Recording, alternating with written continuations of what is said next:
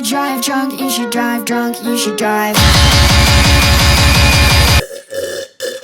If you are a big brain smarty pants and like to look up words for fun, imagine if you flipped through the dictionary and landed on the word evil, quite a few faces would pop up. That is because that dictionary is haunted. There definitely shouldn't be faces in your word book. However, if I was to look it up in a non-haunted dictionary, I could define the word as follows. Evil, proudly immoral and wicked. And also, it doesn't exist. Even though it's in black and white and has a fancy tagline to describe it, in my mind there's no such thing as true evil. I believe everybody and everything exists in a state of complete grey. Actions are always the result of previous consequences. Your manager deciding to yell at you for being 2.5 hours late could just be because she's having a bad day, and probably isn't related to the 5th time your grandmother's died this month. No matter how morally bankrupt a person is, there's some redeeming quality to them or some causality to their actions. There are some hardbar limits, of course. I'm not an insane person. The guy whose name rhymes with Schmittler and is basically a synonym for the word evil kind of didn't just jog out of the grey area, my oak hurdled, and just straight up is a naughty bad guy, even if his redeeming qualities are the fact that he was a vegan and he really liked animals. So, you're not gonna believe this, we caught Schmittler. Well done, Private, you've done your country proud. Bring him to me.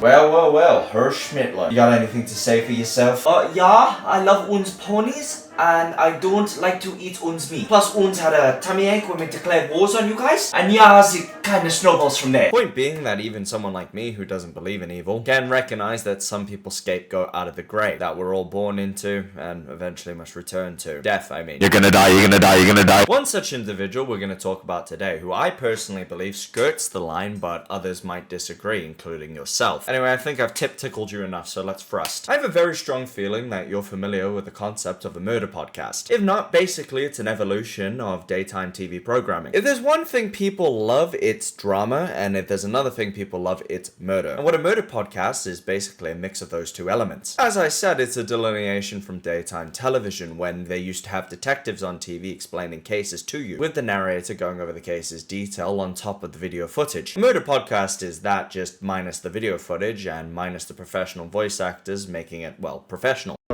Dear viewer, did you catch that? Please take note of that important word in the bell end of your mind. Professionalism. What's that? It's back end, not bell end. Michael told me that it was bell end. What do you mean he's messing with me? Can you call that guy over here right now, please? Oh, I want to sort this now. And swap the host out for some wine-drunk mom in the suburbs named Sarah who gets off on playing detective. With all of those mixtures combined, you've got yourself a nice little award-winning true crime podcast who doesn't need to answer to any professional board and truthfully could make up anything about a case if they really felt like it because you're too lazy to check it yourself, aren't you, pal? Anyways, two of these make-believe detectives by the name of Zavgirl and Natasha Cooper recently landed in very, very hot water. As it's not uncommon for YouTubers to paywall more explicit content, but it is incredibly uncommon for YouTubers' explicit content behind that paywall to be autopsy photos of an 11-year-old boy. Zav and Natasha Cooper collectively have been covering a case. This case has been about a woman named Letitia Stausch, stepmother to this now deceased boy by the name of Gannon Stausch. I don't have to use the word allegedly because she has been found guilty of stabbing Gannon to death and then attempting to dispose of the body by throwing her victim off a bridge in hopes that a current would sweep the corpse away. The most popular reasoning behind her motivation is it's believed that she was jealous of all of the attention that Gannon's father was paying towards the child, and she wanted to exclusively be the only one in his life. Now, of course, this is a horrific deal for the father as it stands. Trusting a woman so much not only to let them into your home, but to interact with one of your children is a heavy toll. But then for that person to turn around and do the most unspeakable thing that could possibly happen to a parent, well, honestly, I'm shocked that Gannon's father hasn't gone insane from grief. And then to add further insult to injury or rubbing salt in an open wound, 2 months after you managed to get justice for the person who took your beautiful boy's life away from you, some deranged, disgusting, dirty human being decides to share your baby's photos to the internet for $3, reopening those wounds after they just closed.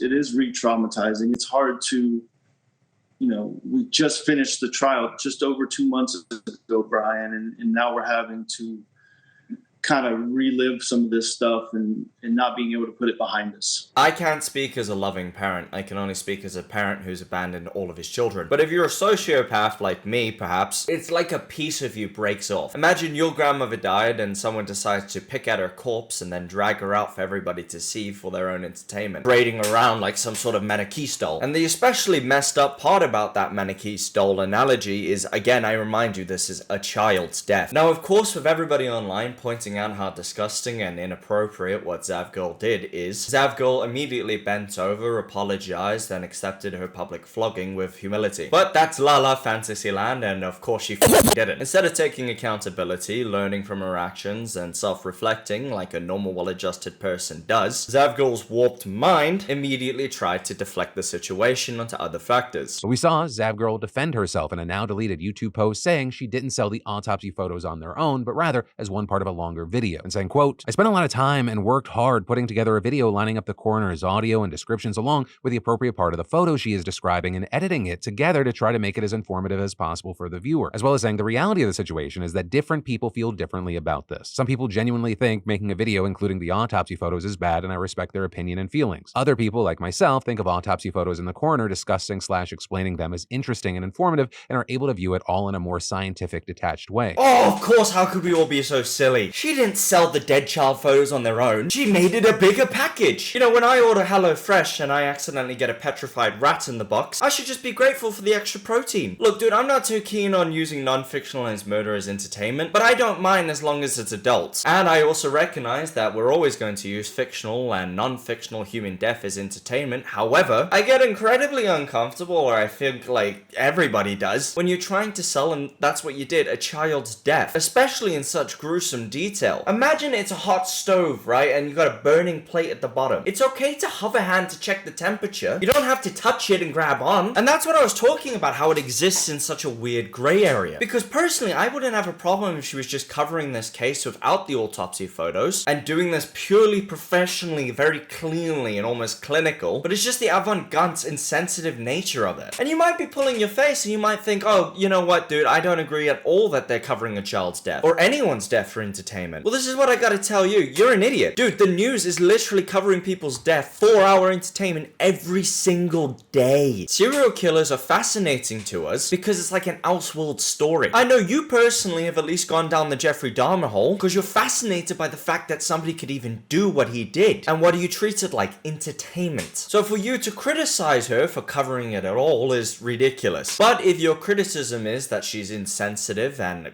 honestly to me a nasty person, then I would full-heartedly agree with you. Now Zav and her associate, but mainly Zav, upon realizing that their deflection of responsibility was taken very poorly, decided to upload a 3-minute apology video. And as much as I'm sure you're bloodthirsty and want to grab your pitchfork and torch, this response video was, as far as YouTube apologies goes, fine, and there's nothing really for me to nitpick that makes her look worse than what already happened. The only criticism I have is she has a couple of excuses for her actions, which I just genuinely don't believe. She claimed the reason she put it behind a paywall was because she never intended for these images to go public. I chose to put the video on Patreon because of the sensitive nature of the evidence. Putting the evidence behind a paywall meant added security, and I naively thought they wouldn't be made public. But in that same line of thinking, she also says she wasn't the one who requested the autopsy photos, they just came with the file. I made no request for autopsy photos. I wanted all trial records, but my main interests were interviews with Letitia. The autopsy photos just happened to be in the files. And then she continues to make the excuse that these photos were already public information, even though she just said she didn't want to make it public information. That's why she put it behind the paywall. I spent time reviewing what I received so I could provide more info from the trial. I believe many of my images were already shown during the televised trial, and I saw the photos on other public YouTube channels that live streamed the trial and shared the evidence. I didn't think any of the images were new.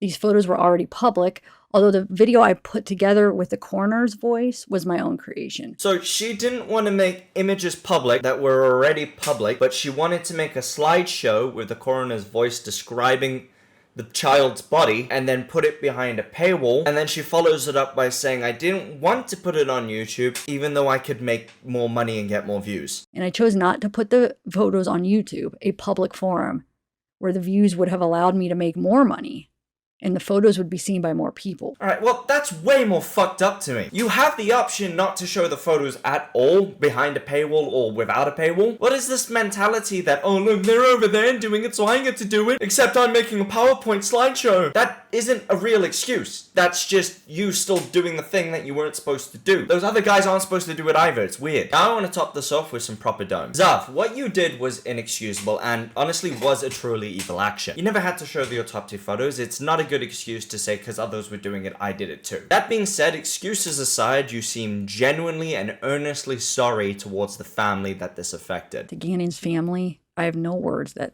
can make this better. No one should have to ever go through what you guys have been through.